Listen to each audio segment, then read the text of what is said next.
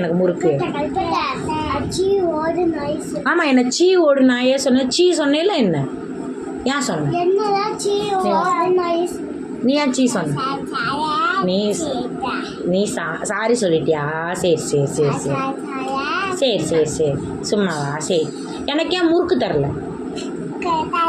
எனக்கு ஏன் தரல? நீ சாப்பிட்டேல, உன்ட்ட கூட கேட்டேன்னு தரமாட்டேன்னு சொல்லிட்டு போன அப்புறம் நீ தரல. ஆஹா, போ போ அஞ்சுகண்ணா, அவன் எனக்கு முறுக்கு தரல. நல்லா மாட்டிக்கிட்டு. நீ தரல இல்லை, முறுக்கு தரல எனக்கு.